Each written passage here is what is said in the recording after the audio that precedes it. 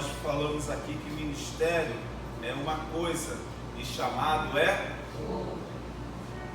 Ministério é uma coisa e chamado é outra. Aí, somente os vivos. Ministério é uma coisa e chamado é outra. Amém. Aí nós ministramos, falamos os 5 ministérios. Não foi isso, irmãos? Sim. Sim ou não? Sim. Nós falamos dos 5 ministérios que estão lá em Efésios, capítulo 4, versículo 11. Vamos lá, qual é o primeiro? Apóstolo.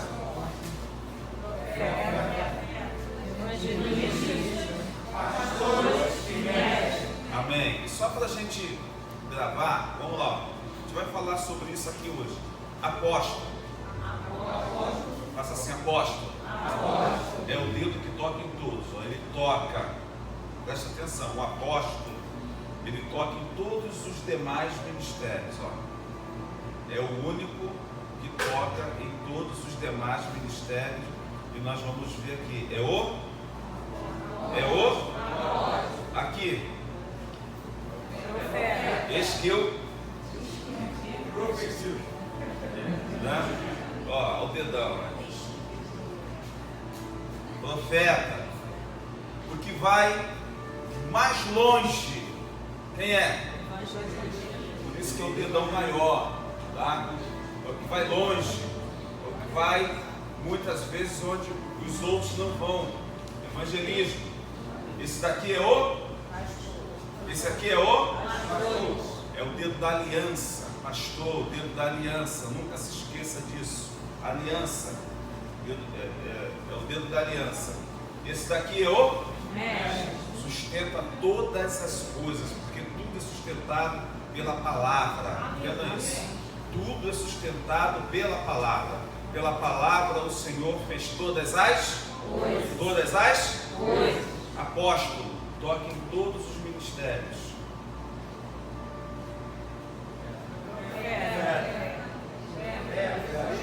Você está na dúvida? Fala com convicção e certeza. Profeta. Isso. Evangelista. Vai mais longe, é o maior. Pastor. É o dedo da aliança. Sustenta todas as através da palavra. Nunca se esqueça disso. Quando você olhar para a sua mão, você tem que saber. Tá bom? Vamos lá. Então nós falamos da diferença do ministério. Falamos que ministério é uma coisa. E ensinamos também que chamado é outra. Amém? Chamado tem a ver com os dons, as aptidões, sonhos, convicções e outras coisas. Depois falamos da diferença entre chamado, né, e propósito. Chamados são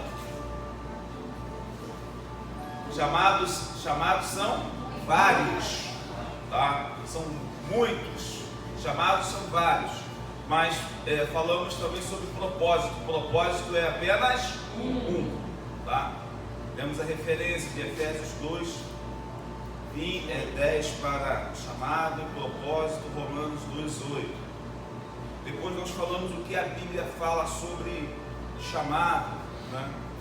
Aí também falamos um pouquinho sobre vocação.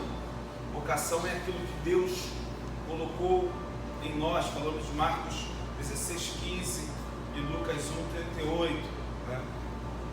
E aí nós fomos assim destranchando. Hoje eu quero conversar com vocês sobre os 5 ministérios. Vamos falar sobre os 5 ministérios. E primeiramente eu quero, antes de continuar falando agora sobre os 5 ministérios, eu quero que você feche seus olhos em nome de Jesus. Sei que o Espírito Santo de Deus está aqui. Sei que você já está embriagado do Espírito, mas é importante que você agora receba esta oração.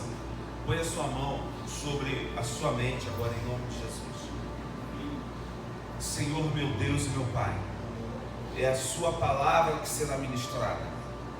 É o ensinamento que o Senhor nos deixou, que será compartilhado, que será dividido entre nós. Quem convence o homem, Senhor, de todas as coisas, não é o homem, é o Espírito Santo de Deus. Eu não estou aqui, Senhor, para convencer a ninguém, mas para ministrar aquilo que o Senhor deixou sobre nós. Por isso eu peço agora ao Espírito Santo de Deus que o Senhor possa tocar na mente desse homem, que o Senhor possa tocar na mente desta mulher, que o Senhor possa abrir agora todos os meios de entendimento e de conhecimento para que a sua palavra possa entrar, fazer morada em nome de Jesus. Amém. Irmãos, nós queremos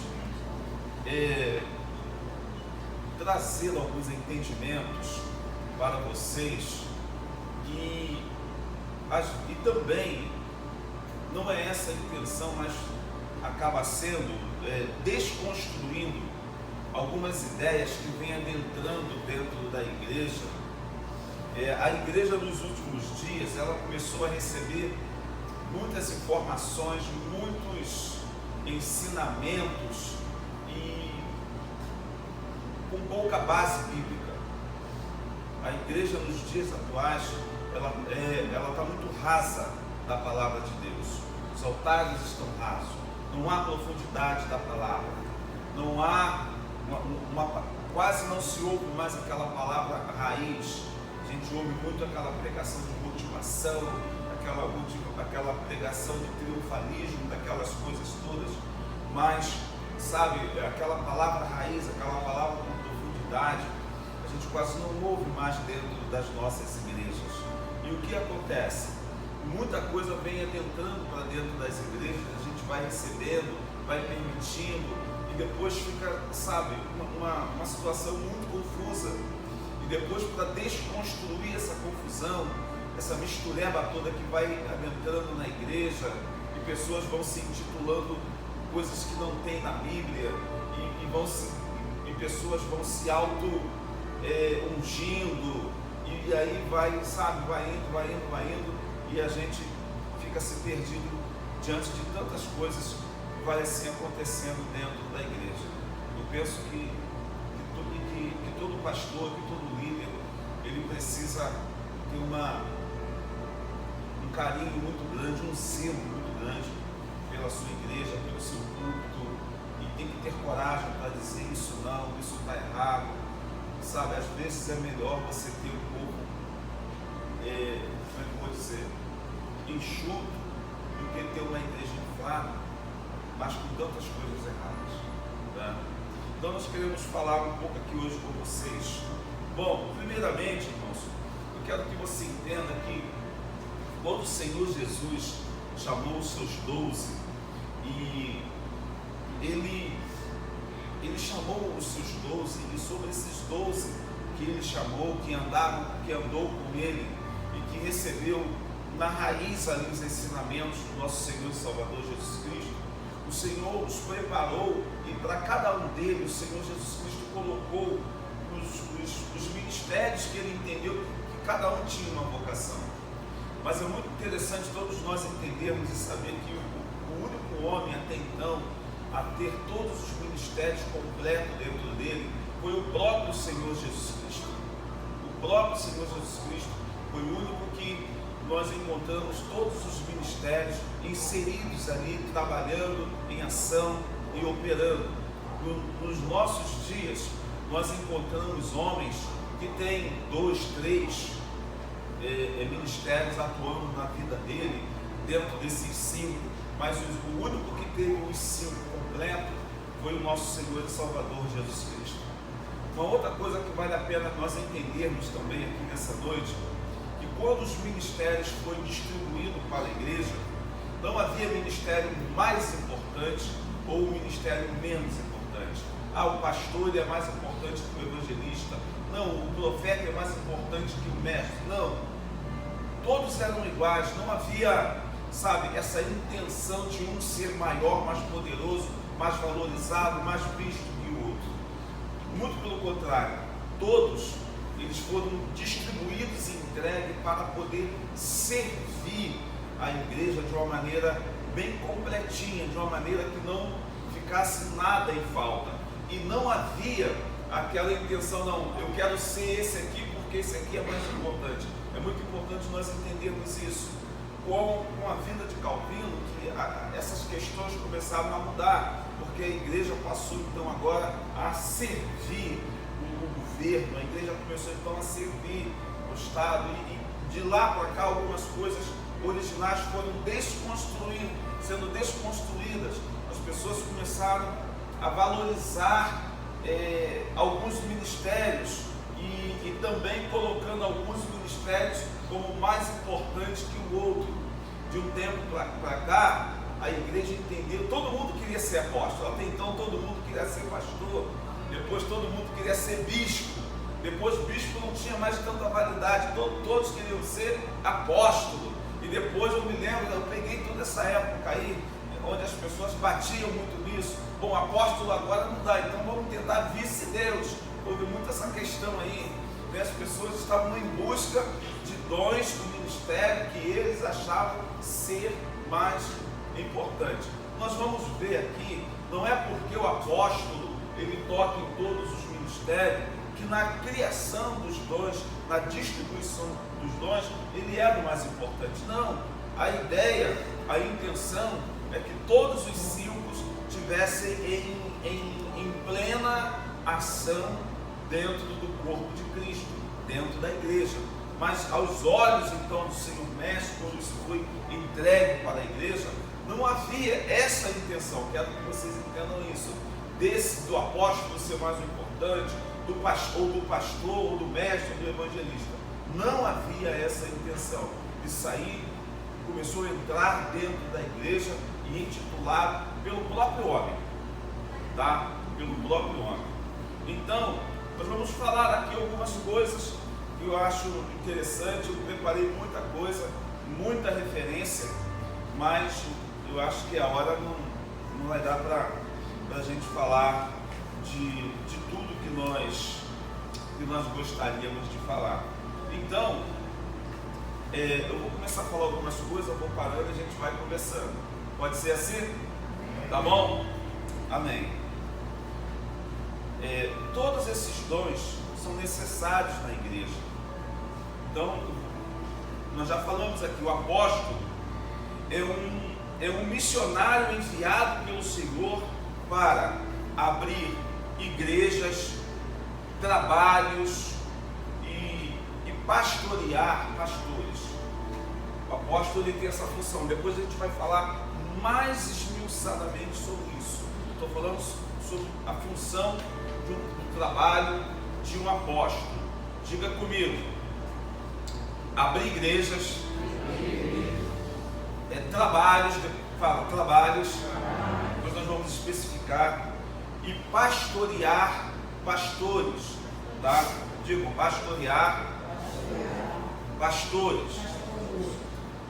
Profeta é usado pelo Senhor com uma mensagem de reavivamento, visando a exortação, a edificação e a consolação da igreja. O profeta, tá? Ele tem uma mensagem direta, ele tem uma mensagem que ele não faz muitos rodeios. E depois nós vamos ver aqui que esse dom do ministério do profeta, irmãos, nós vamos falar dele lá na sua raiz, como era complicado a vida de um profeta.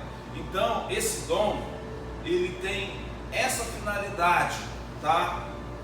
Mensagem de reavivamento, visando a exortação, a edificação, tá? E a consolação da igreja.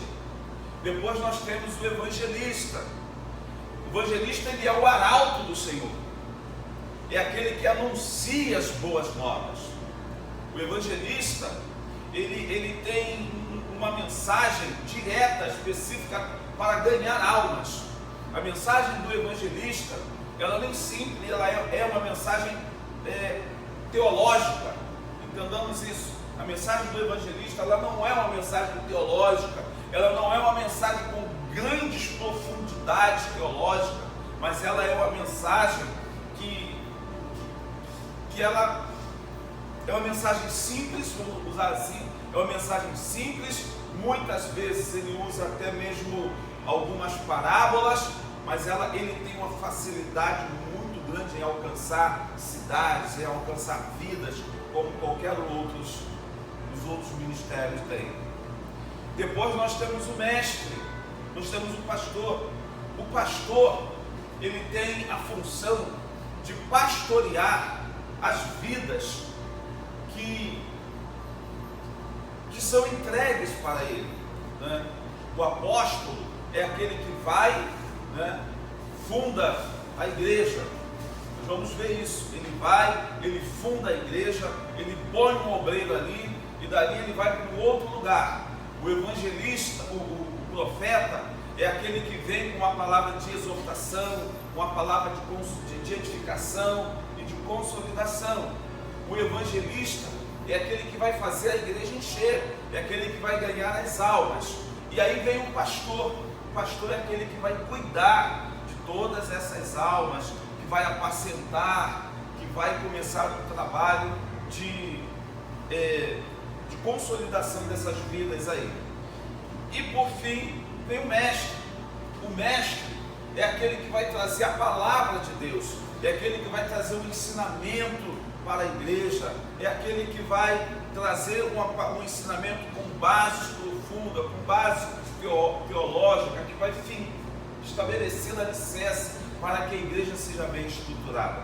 Então vocês vejam que os ministérios, eles se completam. É muito bom quando uma igreja, quando ela é fundada com base nesses ministérios. Nós podemos dizer que essa igreja está bem estruturada.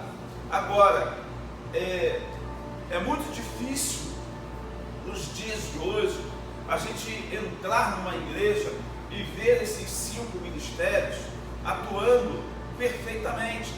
É muito difícil você ver uma igreja atuando ali com alguém que tem um chamado para apóstolo, com alguém que tem um chamado para ser o profeta, com alguém que tem um chamado para ser o evangelista, o pastor e o mestre. É difícil ver todos esses ministérios em ação. Eu creio que esses 5 ministérios em todas as igrejas têm. Eu creio que em todas as igrejas nós existem esses 5 ministérios. O difícil é o pastor reconhecer aquele ali como um apóstolo, como um evangelista, como um mestre, e colocar esses dons atuando de uma forma harmoniosa dentro da igreja. Mas eu creio que a igreja do Senhor, ela é perfeita. Amém? Eu creio que a igreja do Senhor, ela é perfeita. Eu acho que todo conselho de uma igreja, ela deveria ser formada com irmãos que tivessem esse dom do ministério. Tá?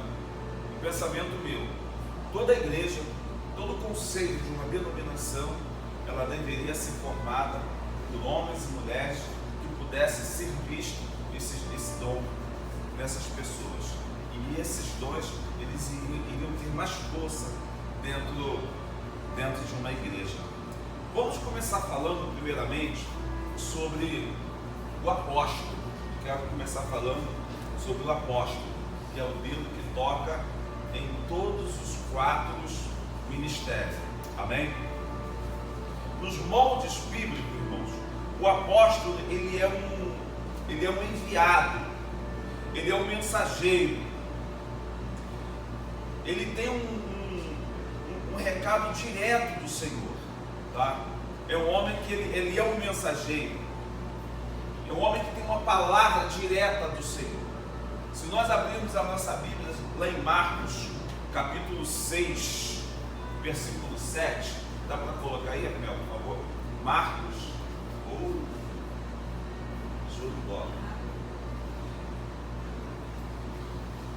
E chamou a si os 12, e começou a enviá-los a 2 e 2, e dava-lhes poder sobre os espíritos imundos. Então aqui fala sobre o chamado do Senhor.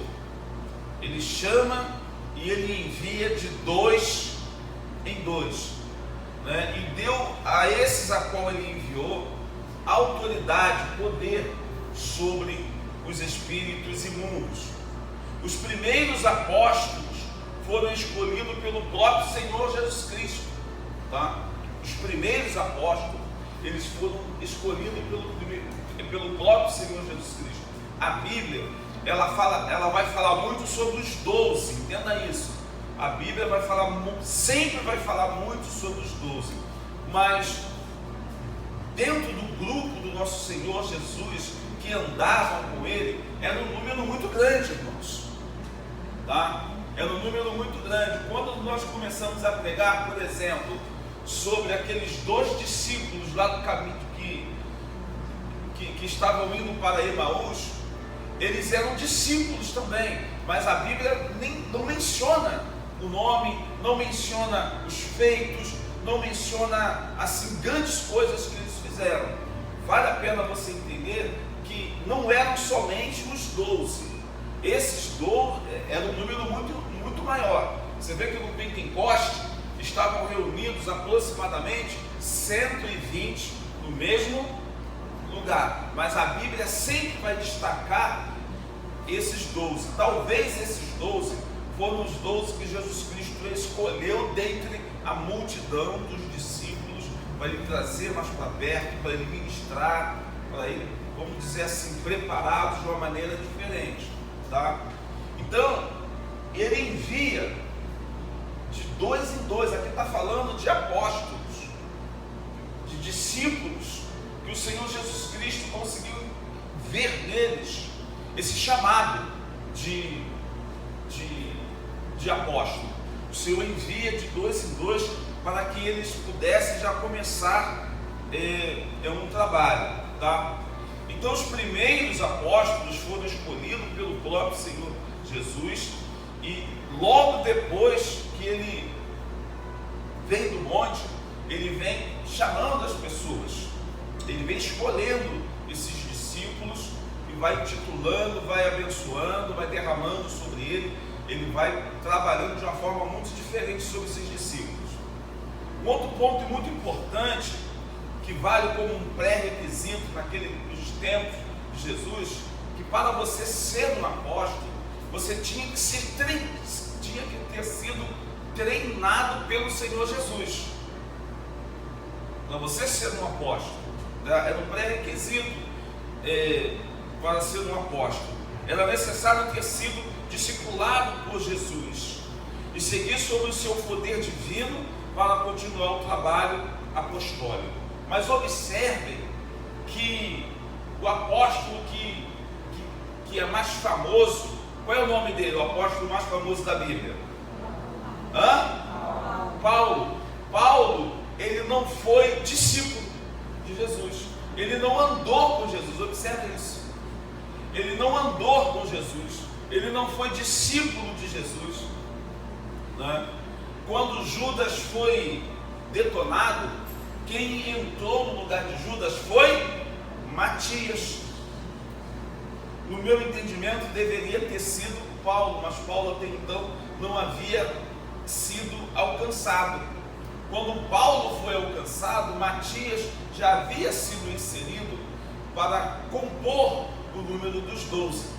Mas Paulo foi alcançado de uma maneira sobrenatural. Ele foi alcançado no momento em que ele estava entrando em Jerusalém para pedir uma carta que lhe desse credenciamento para perseguir e matar os cristãos. Ali ele foi alcançado pelo Senhor Jesus Cristo.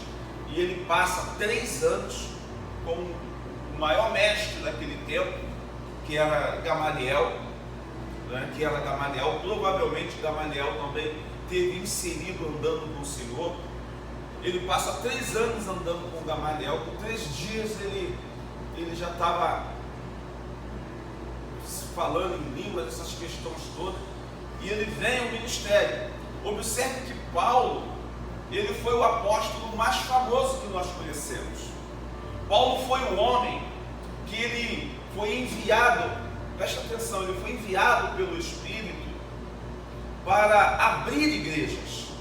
Ele levou o Evangelho há muitos lugares onde o Evangelho não tinha entrada. Essa é a função do apóstolo. O apóstolo é aquele que, sabe, ele vai desbravar a igreja. É aquele que vai entrar com o Evangelho. Ele tem uma facilidade, uma coragem, uma ousadia do Espírito para levar o Evangelho a fronteiras, a nações. Ele estabelece a igreja, ele finca a igreja. E o apóstolo Paulo observa que em todos os lugares onde ele ministrava naquele tempo, aos sábados, ele deixava ali um filho na fé. Ele não se intitulava pastor daquela igreja. Ele deixava naquela igreja um filho na fé. Ele preparou muitos homens. Ele derramou do que estava nele sobre a vida de muitos homens. E ele preparava esses homens e ele deixava ali. E dali ele ia para outra cidade. E ele fundava igrejas e deixava ali alguém à frente daquela igreja.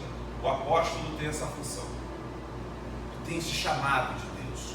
Ele tem esse ministério. Ele tem essa facilidade de fundar a igreja. E ele não toma aquela igreja para si. Eu diria que o meu pastor, que hoje descansa no Senhor, o pastor Silveira, eu diria que ele tinha esse chamado. Quantas igrejas esse homem abriu? Ele abria a igreja, ele colocava ali um pastor, ele ia para outro bairro, abria a igreja e colocava ali um outro pastor, e ele ia para outro bairro, abria a igreja e deixava ali um pastor, né?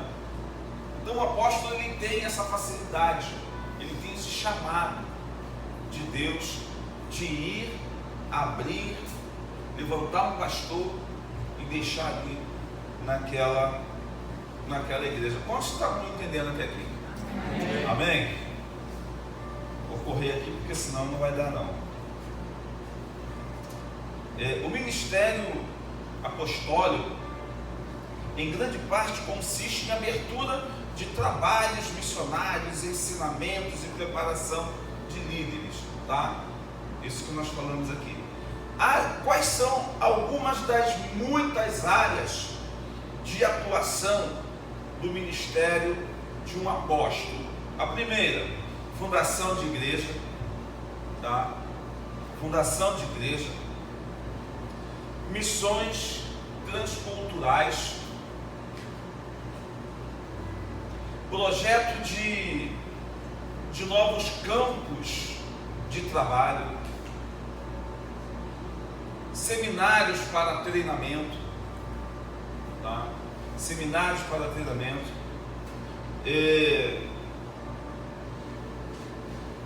É preciso tomar um cuidado também com em relação a esse dom, porque nos últimos anos tem se observado um grande número de denominações que contam com líderes com o título de apóstolo e na realidade não são. Quem você é? Eu sou um apóstolo, mas você olha as atividades da pessoa, não tem nada a ver com o chamado de apóstolo. Se essa pessoa ele não abre igreja, se essa pessoa ele não tem esse olhar de formar pastores, se essa pessoa não tem essa pegada para trabalhos transculturais e outras coisas mais, ele não é um apóstolo, tá? Ele não é um apóstolo.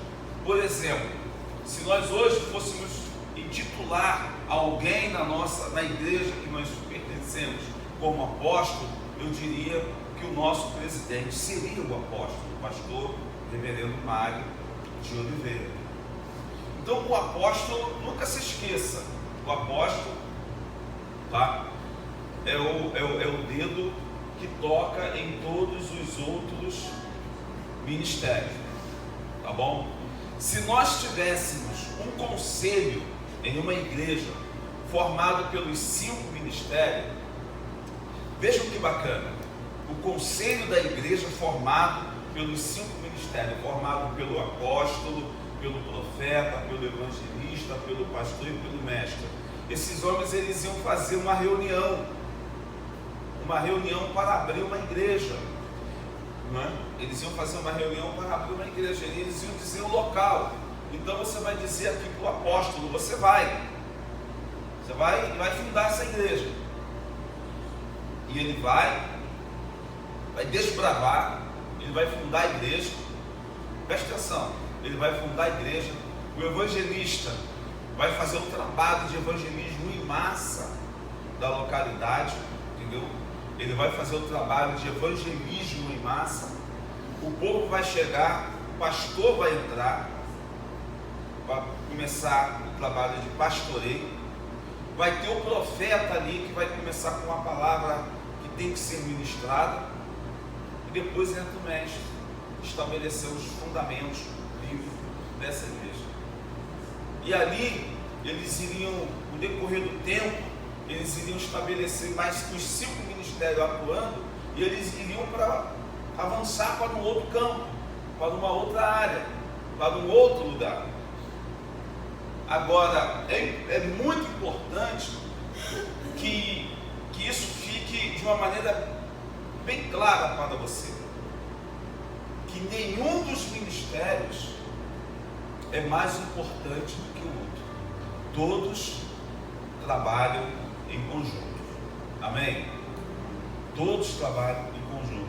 Essa titularidade do apóstolo ser mais importante do que o mestre, isso surgiu, irmãos, depois da reforma da igreja. Tá? Depois da reforma da igreja. Até aqui está dando para entender? Amém. Amém ou não amém? Amém. Amém ou não amém? Amém. Não vai dar para falar nem a metade. Vamos falar um pouquinho sobre o profeta. Quem é que tem um chamado para ser profeta aqui? Virgínia, Márcia. Você, Pedro? Amém. Vamos lá. Irmãos, uma das coisas que muito me chamou a atenção quando a gente estava estudando esse texto, porque no Antigo Testamento, como o profeta atuava, o Espírito Santo até então, ele já atuava sobre a terra, tá? Mas ele não havia ainda, é lógico, acontecido aquele derramar, né, que aconteceu no novo. Então, como isso acontecia? O Espírito Santo, ele tomava o profeta, o Espírito Santo ele tomava o profeta, e o profeta então ele vinha agora tomado pelo Espírito Santo, e ele sempre dizia: assim diz o Senhor dos Exércitos. Ele sempre abria com essa fala: assim diz o Senhor. Quando você lê a Bíblia, você vê os profetas trazendo uma palavra, ele sempre abria desse jeito: assim diz o Senhor. E o Espírito de Deus falava através do profeta. Se a palavra liberada pelo profeta não acontecesse, esse profeta era morto. Tá? Esse profeta era morto. Então, ele tinha que ter uma responsabilidade muito grande com aquilo que ele estava falando. Porque se o que ele estava falando fosse uma mentira, se aquilo não acontecesse, já era. Ele pagaria com a sua própria vida. Tá bom? Então o profeta era aquele que falava as coisas de Deus. Sabe? Ele tinha essa responsabilidade. E eu creio, irmãos, que talvez, vamos interpretar assim, o cara talvez, imagine que o cara não queria falar, mas o Espírito agora nele, né? O Espírito de Deus nele, tipo assim, usando ele, mesmo ele não querendo, um exemplo, vamos conjecturando, e ele falava, né? Quando o profeta, o Senhor chama Jeremias, mas eu não sei falar, não, mas sou eu que vou falar por você, e é o Senhor que fala por nós. E aqui, irmãos, tem algumas coisas interessantes que eu quero falar com você. quem realizava a missão de profetizar ou realizar qualquer tarefa nesse período era o próprio Espírito, como nós falamos aqui. Era o próprio Espírito que ele entrava, tá? Ele tomava as pessoas e ele falava, tá bom? Não dá para você entender isso. Ele tinha uma responsabilidade muito grande por aquilo que ele falava. Um outro ponto muito interessante aqui coloca aí para mim Deuteronômio, capítulo 18, versículo 18 ao 20.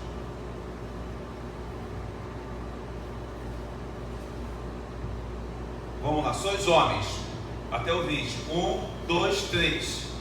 Os meios de seus irmãos, e suscitarei um profeta semelhante a ti, e porei as minhas palavras na sua boca, e ele lhes falará tudo o que eu lhe ordenar.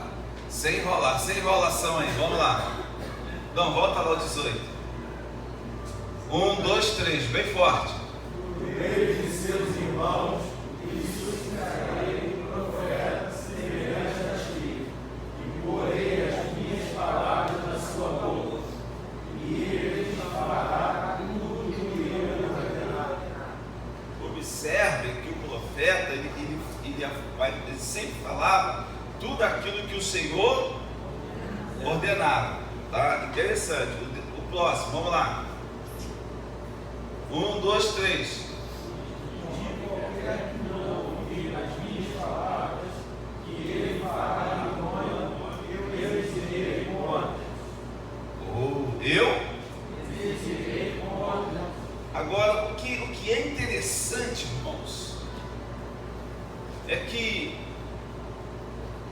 o profeta, a gente não vê isso na Bíblia, o camarada fazer,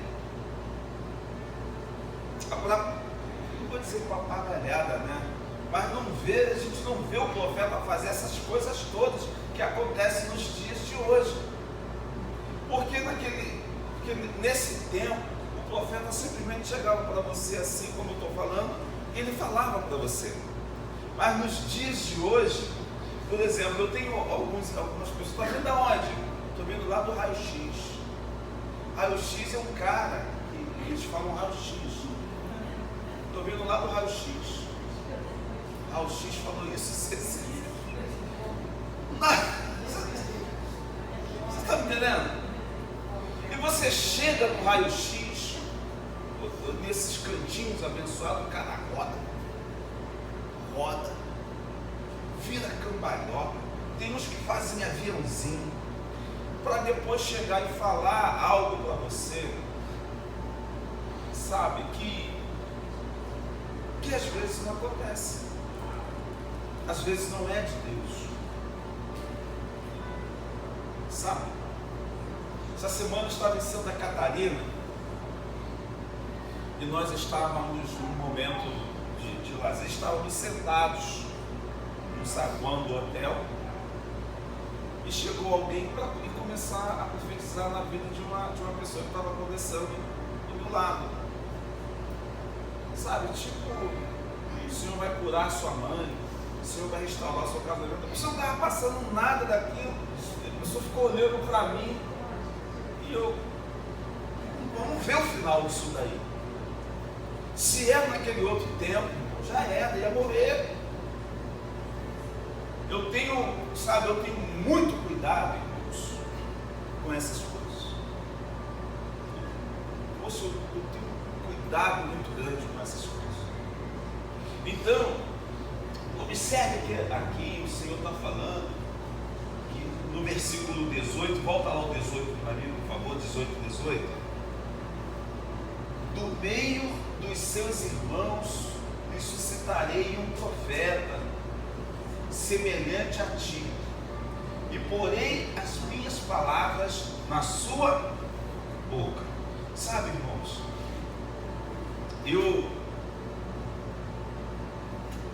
eu não sou aquela pessoa que chega para você e fala assim, ó, assim diz o Senhor. Mas Deus me usa muito no altar, e às vezes eu nem sei que Deus está me usando através da palavra. Mas é muito legal quando você termina de pregar e a pessoa vem até você: olha, Deus usou o Senhor e essa palavra veio direta para mim. Sabe, às vezes eu prefiro até não saber. Importa é que Deus me usou para você. Para a nossa vaidade, para o nosso ego não crescer, eu prefiro até não saber. Outro dia eu fui pregar numa igreja, o pastor me convidou para ir pregar numa igreja, e eu sempre oro, já falei isso aqui, eu nunca vou pregar assim, vou pregar essa palavra aqui, porque essa palavra aqui, ela preguei, foi uma benção, então vou pregar essa palavra aqui. Não, eu sempre oro a Deus e peço a Deus que me dê uma palavra de acordo com a igreja. Eu não sei o que está acontecendo, eu sempre peço a Deus assim. E eu fui pregar numa igreja, convidado por um pastor, e quando eu terminei de pregar, irmãos, veio uma pessoa da igreja, me deu um abraço e falei: como é que o senhor está? Eu falei: eu estou bem. E a pessoa falou assim: quer dizer que o senhor agora virou menino de recado? Assim, perdido na conversa. Virei menino de recado? Como assim? Eu perguntei: como assim? As pessoas da igreja, algumas pessoas da igreja sabiam o que estava acontecendo.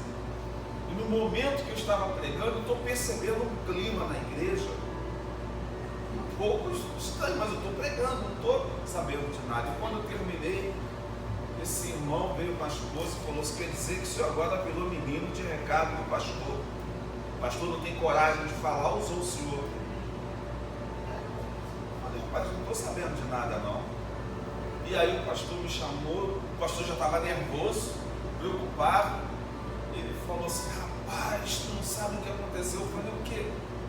Se eu tivesse conversado com você o que estava passando na igreja, você não pregaria o que você pregou. Eu falei: mas eu não sei, quem sabe é Deus e o Espírito. Você me convidou e eu trouxe a palavra que Deus colocou no meu coração. Sabe, então, se foi para edificação, edificou. Se foi para exortação, exortou. Tá? Mas eu prefiro até que quando, da maneira que Deus me usa, eu não estou nem sabendo que Deus está me usando para você. Então, eu acho que isso aí sabe, Deus me usa muito assim, desse jeito na palavra. Então o profeta é isso. Sabe, tem aqueles irmãos que recebem de Deus, isso eu já vi. E ele fica incomodado, tipo assim: não vou falar. Sabe, eu penso que esse irmão tem uma ligação. Eu ainda acredito que tenha homens e mulheres nesse nível, que tenha uma ligação muito forte com Deus. Sabe, eu ainda creio que nós temos isso entre nós, de homens e mulheres que têm uma ligação muito, mas muito forte, muito íntima mesmo com Deus, de maneira que esses irmãos até conversam com Deus. Eles ainda conversam com Deus. Porque eu já vi pessoas relutar para falar algo que no bate-papo com Deus mandou falar. Relutar mesmo para falar. Mas são pessoas que andam num alinhamento muito profundo mesmo com Deus, sabe? Então, algumas áreas de atuação do profeta. Por exemplo, um trabalho com marginalizados. Quando nós falamos marginalizado, você logo entende que é o marginalizado. A palavra marginalizado é aquele que vive à margem. A palavra marginalizado é uma palavra muito grande, ela abrange muita coisa. É aquele que vive à margem de uma sociedade. O profeta, ele trabalha com esse tipo de pessoa. Pregação da palavra de Deus, mensagem de despertamento espiritual, mensagens de exortação, de consolação, de edificação, culto de oração, de pregação da palavra, sabe? O profeta ele vai sempre nessa linha aí, tá? O profeta deve lembrar que só a palavra tem o poder de renovar vidas. Aliás, eu quero estender essa palavra a todos vocês aqui. Nenhum de nós temos esse poder.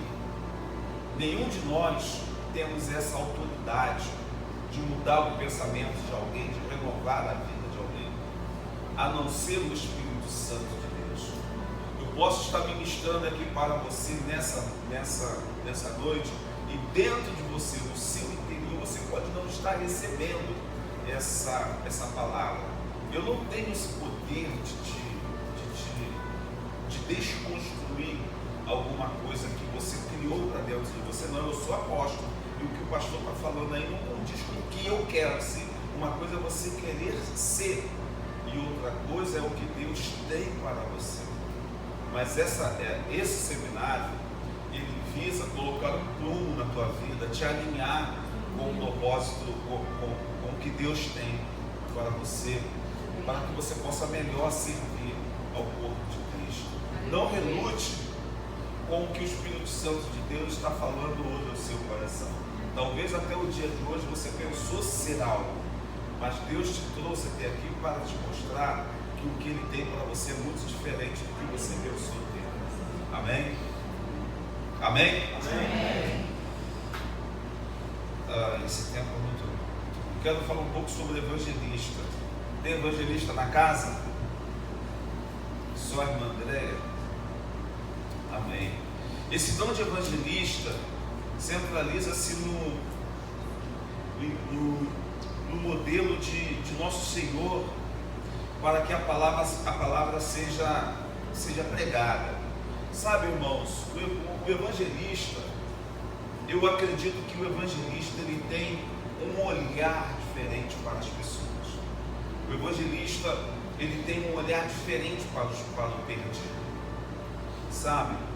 E quando a gente começa a falar sobre evangelista, a gente vê na Bíblia assim, Filipe era um evangelista, ele tinha esse ministério de evangelismo, e ele não mede esforços para correr atrás do eunuco, né? E falar. Foi uma dificuldade muito grande, porque o eunuco estava ali na sua carruagem e ele foi pregando, correndo, veja bem, correndo em um terreno totalmente desnivelado, totalmente acidentado. Ele poderia torcer o pé, ele poderia se machucar, mas eu creio que ali o Espírito Santo que estava dando fôlego para ele, era o Espírito Santo que estava movimentando os seus pés, e ele estava fazendo a obra do Senhor. Mas o evangelista, eu creio que ele tem um amor diferente pelas almas, pelas vidas, sabe? Não são todas as pessoas que têm... Existem pessoas que funcionam muito bem dentro da igreja, mas quando você tira ela de dentro da igreja, ela fica meio que deslocada, ela fica meio perdida. Todos nós que estamos aqui, nosso primeiro chamado é ganhar almas, é formar discípulos. Todos nós. Eu tenho trabalhado aqui na igreja para desconstruir uma ideia de que o membro bom é aquele que está na igreja há 20 anos, nunca faltou os cultos, nunca deixou de dar dízimo, nunca deixou de dar oferta. Essa construção, isso está errado. Às vezes ele está na igreja há 10 anos, há 20 anos, ele sempre entregou oferta, ele sempre veio no culto, com chuva, com sol, sabe? Mas ele nunca ganhou uma alma para Jesus, há 20 anos na igreja. Nunca ganhou uma alma. Você não precisa ser um evangelista para ganhar uma alma. Talvez o evangelista ele vai ganhar um bairro, ele vai ganhar, sabe, multidões de pessoas. Mas todos nós precisamos gerar. Todos nós precisamos apresentar frutos diante de Deus. E eu ensino aqui na igreja que fruto é tudo aquilo que você pode batizar. Eu estou dando fruto, eu estou dançando na igreja. Eu estou dando fruto, eu estou cantando, eu estou tocando na igreja. Não, dou fruto, eu prego, eu canto, irmãos, fruto. É tudo aquilo que pode ser descido nas águas, junto com o pastor, e ser batizado. Eu posso batizar esse contrabaixo? Sim ou não? Eu posso batizar esse violão? Sim ou não? Eu posso batizar esse microfone? Então isso não é fruto. A gente precisa entender isso. Todos nós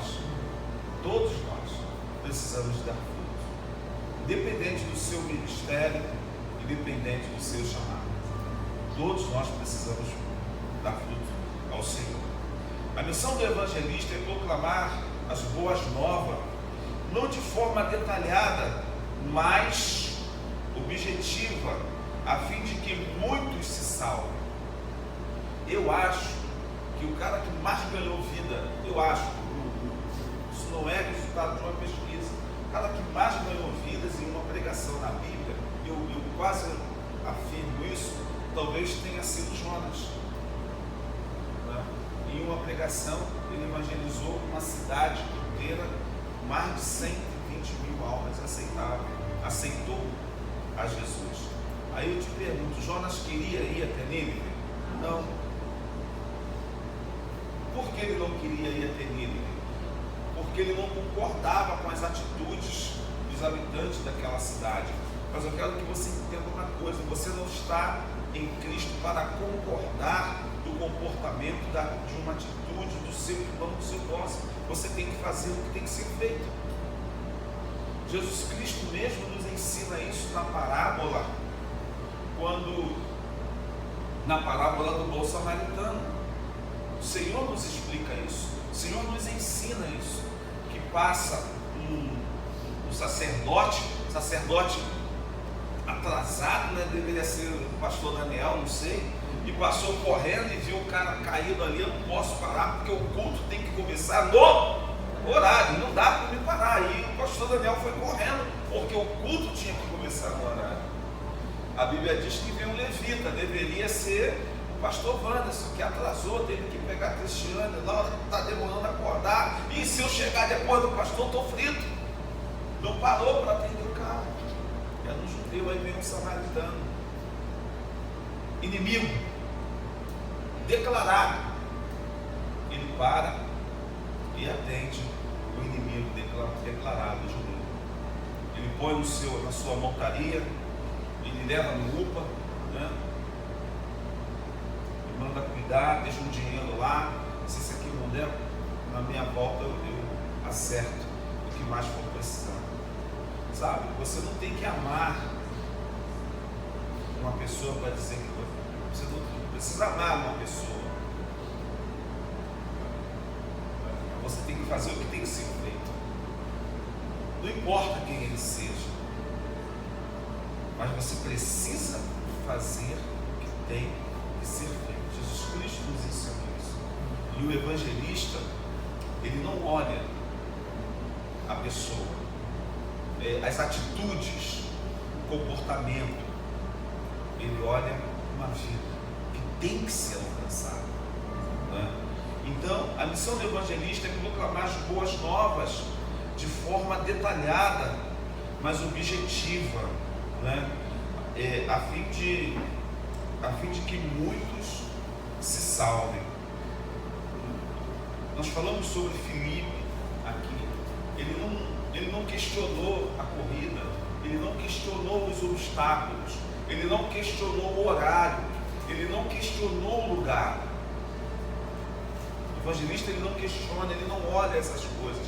A vida está acima dos obstáculos, do mau tempo ou de qualquer das coisas. Sabe, eu penso que esse amor ele deve estar em todos nós. Outro ponto muito interessante é que o evangelista também, quando ele sai para fazer as suas cruzadas, é notório que acontece cura, acontece libertações, sinais de maravilhas, sabe, sinais extraordinários acontecem. E isso é importante a gente também entender, porque nós achamos que a função do evangelista é só ganhar vidas.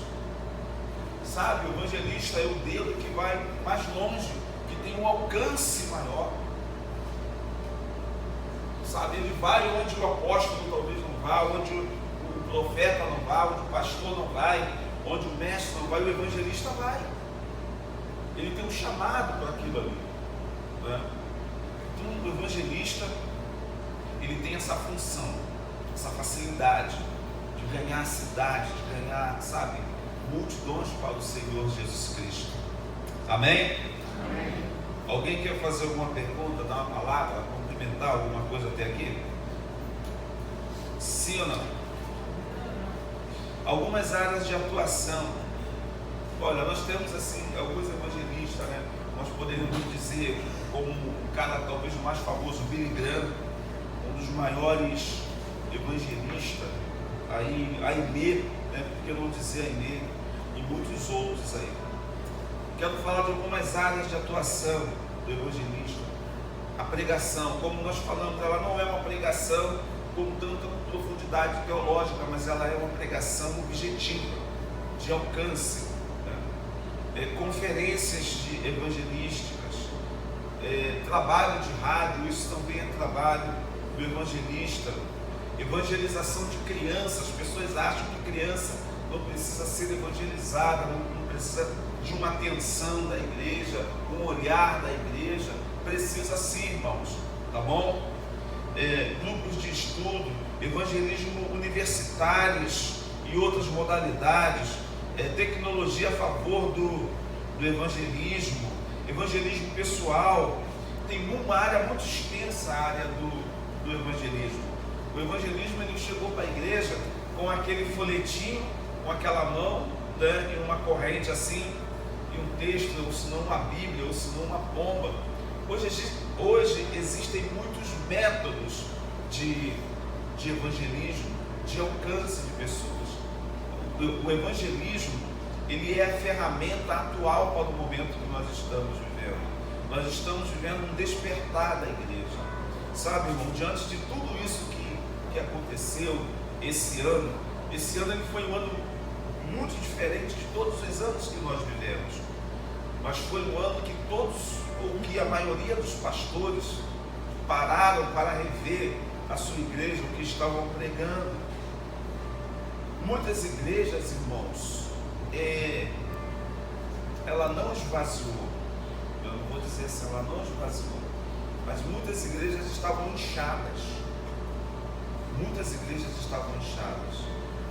E com essa pandemia, a pandemia ela revelou, ela serviu para revelar os que estavam em quarentena, né, afastados, mas presentes. A pandemia ela serviu para isso, para desinchar as igrejas, para desinchar as igrejas. E isso não foi só em uma ou duas igrejas, não, em várias as igrejas, em várias igrejas, desinchou e ficou ali. Talvez aqueles que têm um sentimento diferente, permaneceu aquele que tem um olhar para Cristo diferente, permaneceu ali aquele que tem uma sede, uma fome por Cristo, diferente de todas as demais pessoas. Não é uma questão de medo, mas não, entendamos isso, não é uma questão de medo, porque ele entra na fila da Caixa Econômica, do Itaú, do Santander, ele vai no shopping, ele vai na fila, aquela fila lotada, com sol quente, ele vai no mercado, mas ele não vem na igreja. Ele não vem à igreja, não, pastor, estou com medo. Sabe, são essas pessoas que inchavam a igreja. O Senhor desinchou a casa dele. E muitos pastores estão recomeçando com uma igreja magra, mas com uma igreja magra, porque desinchou, mas um povo fiel. Amém? Um povo fiel. Esse é o olhar que o pastor Daniel hoje tem para a igreja. São dos fiéis, os que permaneceram, sabe? E é com esses que permaneceram que deve ser montada uma estratégia de evangelismo para alcance de pessoas. E os outros vão ficar para lá? De maneira nenhuma. Nós não queremos perder. Mas a gente sabe, hoje eu sei que também não vale investir tanto numa pessoa que não quer concentrar tanta força. Amém? Jesus, vamos correr. Pastor. Tem pastor na casa? Todo mundo agora diz, eu com medo de dizer. Os pastores são aqueles que foram comissionados por Deus para dirigir a igreja e cuidar de suas necessidades espirituais. Deixa eu falar uma coisa para você. Quando Jesus Cristo estava no templo e foi concedido a ele a oportunidade de ser orador naquela noite, ele apanhou a Bíblia e ele leu Isaías 61. Ele diz: o Espírito do Senhor está sobre. Ele leu a palavra do profeta Isaías e ele me ungiu para pregar. Está aqui? Vamos lá. O Espírito do Senhor Deus está sobre mim, porque o Senhor me ungiu para pregar boas novas aos mansos, enviou-me a restaurar os contritos de coração, a proclamar a liberdade aos cativos e a abertura de prisão aos presos. Quando Jesus Cristo termina de ler o pergaminho, ele enrola o pergaminho, pega a fita, dá aquele laço, talvez ele respira. Eu fico imaginando, ele respira fundo e ele diz assim: ó, hoje se cumpriu essas escrituras. Ele estava dizendo: eu sou o cara. Hoje se cumpriu essa escritura. Quando ele anuncia, dizendo que ele é o Messias, que ele é o profeta, a Bíblia diz que ele foi arrancado de dentro do templo. Ele foi levado a um pináculo, ao ponto mais alto que existia ali naquele lugar, e ele iria ser arremessado do pináculo abaixo. E nesse momento a Bíblia diz que Jesus Cristo paralisa todas as pessoas que estavam ali e que queriam arremessá-lo do pináculo. E todos ficam paralisados e ele sai andando no meio daquela multidão que queria apedrejá-lo e lançá-lo do pináculo abaixo para matá-lo. Eu acho essa passagem linda. Mas quando Jesus Cristo diz, na continuação do texto, restaurar os contritos de coração, a proclamar a liberdade aos cativos, tal. Quando Jesus Cristo fala aqui em cima, o Espírito de Deus está sobre mim, ele está dizendo: olha, eu sinto o que vocês não sentem, eu vejo o que vocês não veem, eu amo de uma maneira incondicional, como nenhum de vocês ama. Sabe, o Espírito de Deus na vida de um pastor torna ele diferente. O Espírito de Deus na vida de um pastor faz que quando eu olho para a Elisete, eu não vejo só os seus erros, eu não vejo só os seus defeitos, mas eu vejo o potencial de Cristo em você. E é isso que eu estou interessado, o potencial de Cristo em você.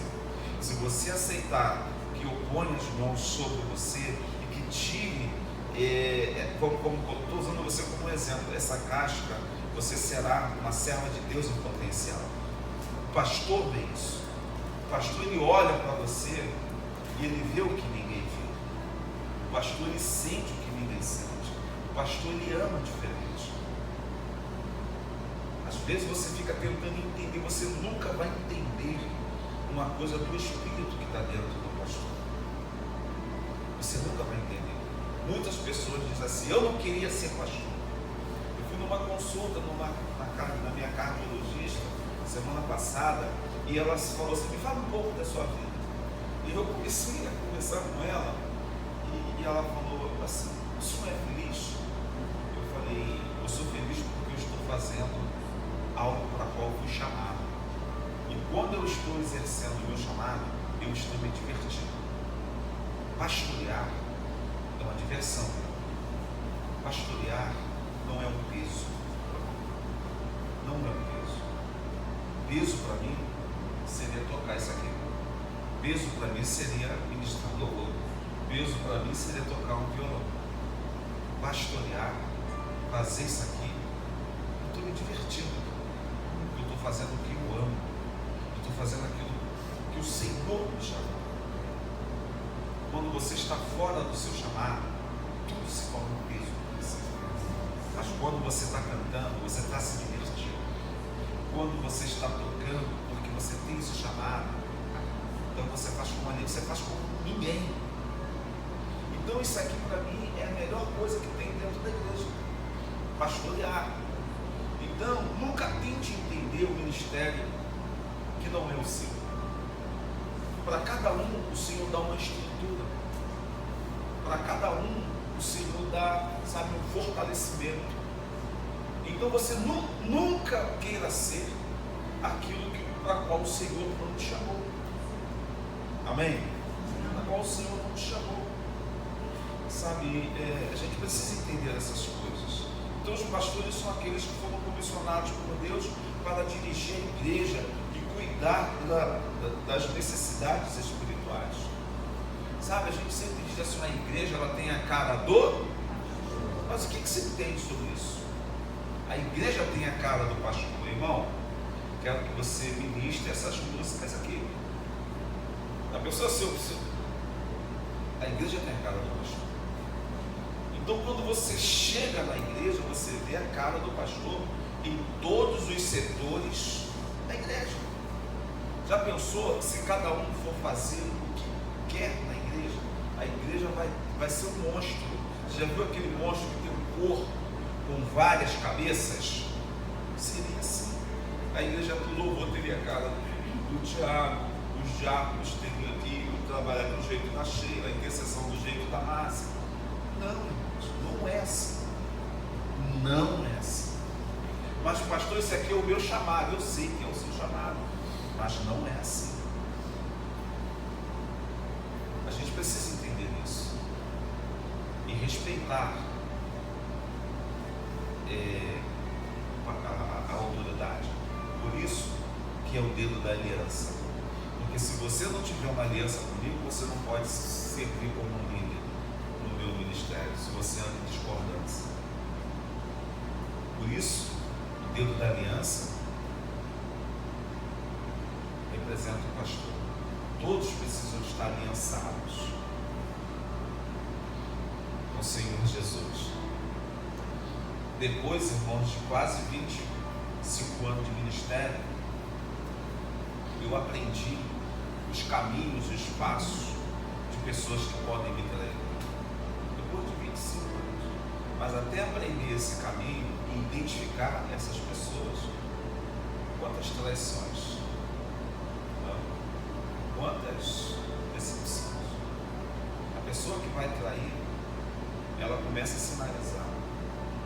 Ela começa, sabe, a dar sintomas de traição. Então, na igreja primitiva, os pastores eles eram chamados de presbítero. Eram chamados de presbítero. Não vou dar um pulo não aqui, irmão, vou dar um salto. Tá? Então, áreas de atuação, lideranças de departamento, edificação da igreja por meio de ensino bíblico teológico, exortação da igreja por meio da doutrina, né? Aconselhamento pastoral, clínica pastoral, liderança de igrejas e por aí vai, o seu chamado pastoral.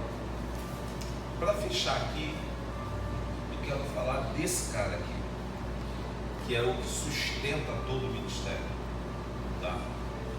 O que sustenta toda essa estrutura aqui, que é o mestre. Esse dom é uma capacitação especial de Deus, concede a alguns membros do corpo de Cristo para que possam interpretar a Bíblia.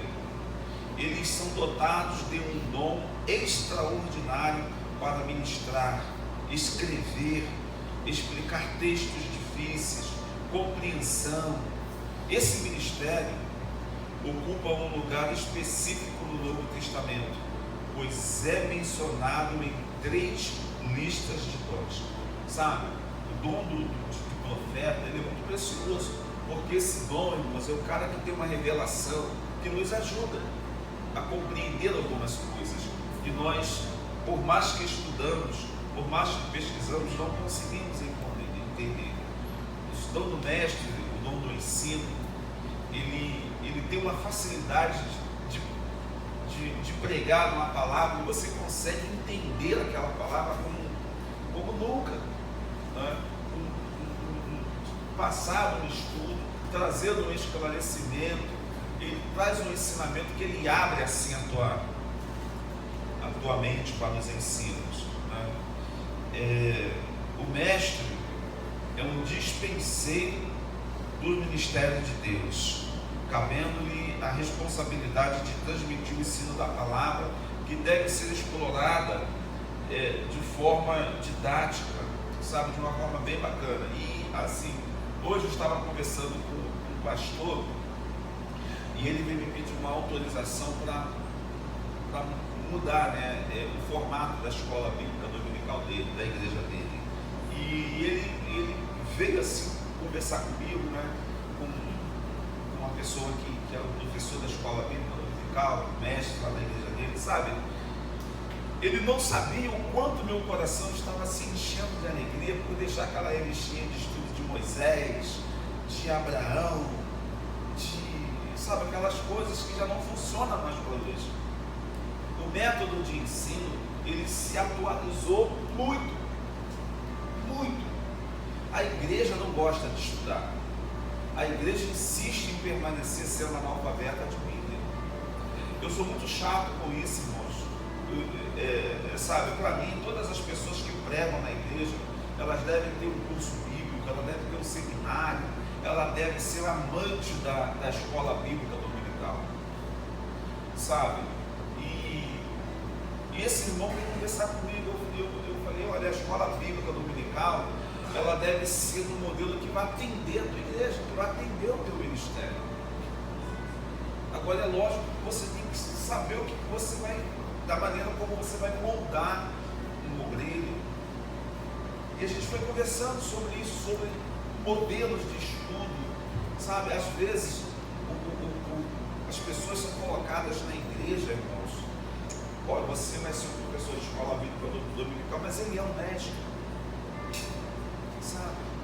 É uma área muito importante da igreja para ser colocada qualquer pessoa, sabe? Para ser colocada qualquer pessoa.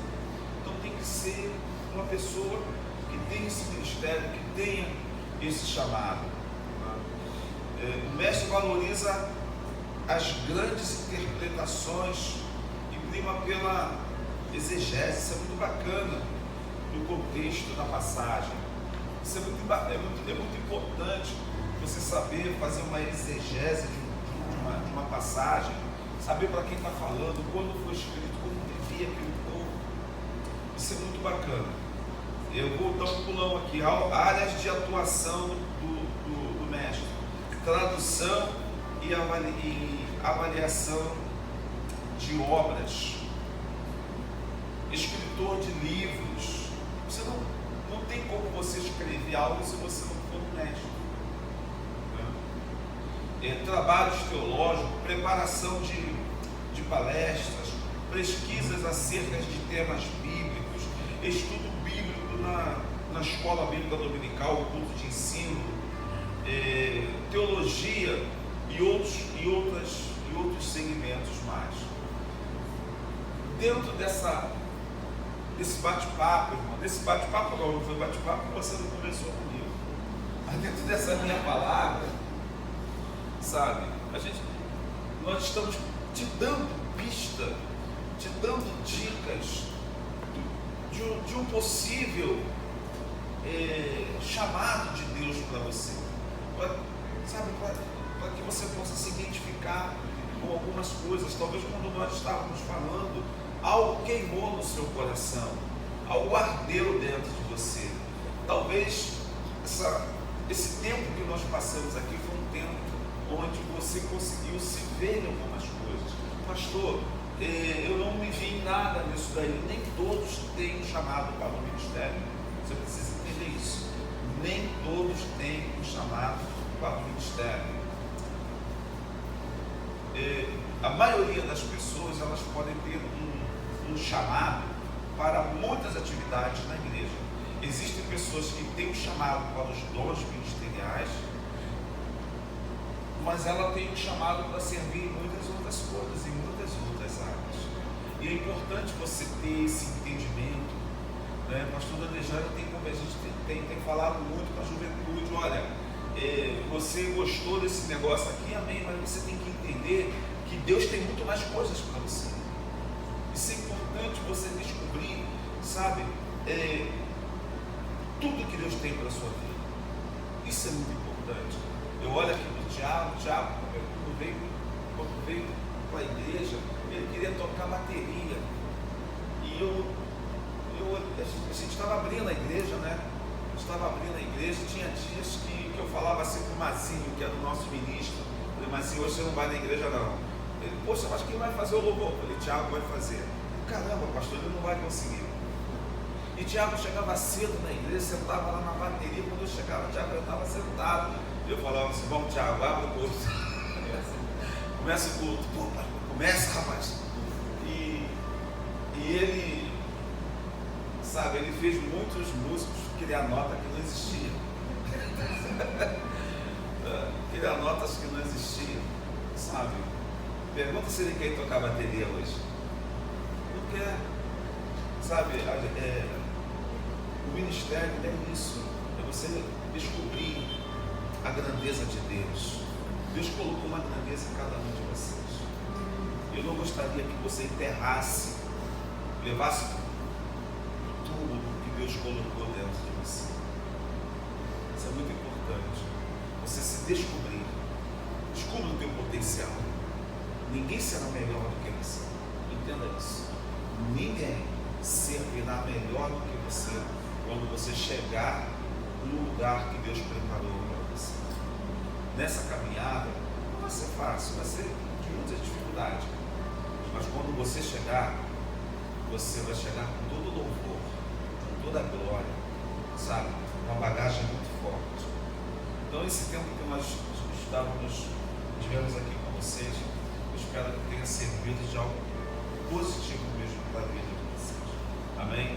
O tempo não deu para a gente falar tudo. A pastora Adejane colocou no e-mail, né, pastora? Colocou no e-mail de vocês lá um teste para vocês fazerem na casa de vocês sobre chamado, sobre o ministério. Eu gostaria que vocês fizessem esse trabalho. Isso pode ajudar a muita coisa para vocês. Amém? Antes de